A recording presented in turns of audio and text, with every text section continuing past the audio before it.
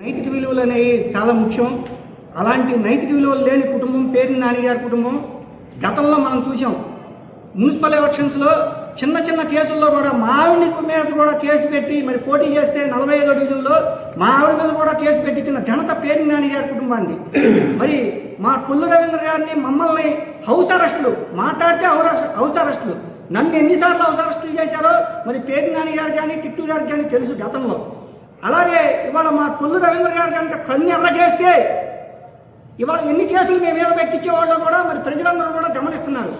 బియ్యం కేసులో మరి పేర్ని జయసుధ గారు ఆడమనిషి అని చెప్పి ఆడమనిషి మీద కేసులు ఉన్నా కూడా మరి మా కొల్లు రవీంద్ర గారు దయాగుణంతో అరెస్ట్ చేయనివ్వకుండా మరి యాంటిసిపేటరీ బెయిల్ తెచ్చుకునేటట్టు చేసిన ఘనత మా కొల్లు రవీంద్ర గారు. ఇవాళ మాట్లాడితే నన్ను అరెస్ట్ చేయండి అంటున్నారు. మిమ్మల్ని అరెస్ట్ చేయడం అదేం పెద్ద గొప్ప కాదు. మా కొల్లు రవీంద్ర గారికి ఇవాళ అధికారంలో ఉన్నాం. మేము గతంలో కూడా చాలా జగన్మోహన్ రెడ్డి వస్తే హౌస్ అరెస్టు, ఉత్సవస్తే హౌస్ అరెస్టు, మీరు వార్డులోకి వచ్చి ఏం చేసినా మమ్మల్ని హౌస్ అరెస్టులు చేశారు. మీ హౌస్ అరెస్టులకి మేమేం భయపడలా, మేము ఎక్కడా వెనకడిగేలా. మేము ఎప్పుడు కొల్లు రవీంద్ర గారి నాయకత్వంలోనే పనిచేసాం. ఇవాళ మీరేదో అవాకులు చవాకులు పెడుతున్నారు తెలుగుదేశం నాయకుల్ని. మేము అధికారంలోకి వస్తే తిరగలేము. మన పేర్ని కృష్ణమూర్తి గారు మీ వయసుకు తగ్గట్టు మాట్లాడండి. ప్రతి ఒక్కళ్ళకి ఒక స్థాయి అనేది ఉంటుంది.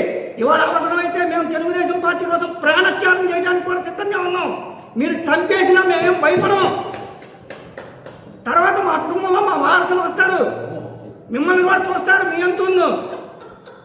అంతేగాని మీ ఇష్టం వచ్చినట్టు బెదిరించినంత మాత్రాన మేము ఎవరం బెదరము అదరం. ఇవాళ సోషల్ మీడియాలో కేసులు పెట్టించాలంటే మా కొల్లు రవీంద్ర గారు ప్రతిరోజు మీరు స్టేషన్లోనే ఉంటారు. ఇవాళ అంటే మా కొల్లు రవీంద్ర గారు ఒక్క కేసు కూడా సోషల్ మీడియాలో మీరు మాట్లాడే పెట్టిట్లా. మేమేదో ఫేస్బుక్, వాట్సాప్, ట్విట్టర్లో పెట్టుకుంటున్నాం అని మీరు అంటున్నారు. మీరు మాట్లాడే విధానాలు చూస్తే ప్రతిరోజు మిమ్మల్ని స్టేషన్లోనే కూర్చోబెట్టాల్సి వస్తుంది. కాబట్టి మీరు ఆలోచించి మాట్లాడాలని చెప్పి పేర్ని కిట్టు గారికి ఏదో పలుకుతున్నాను.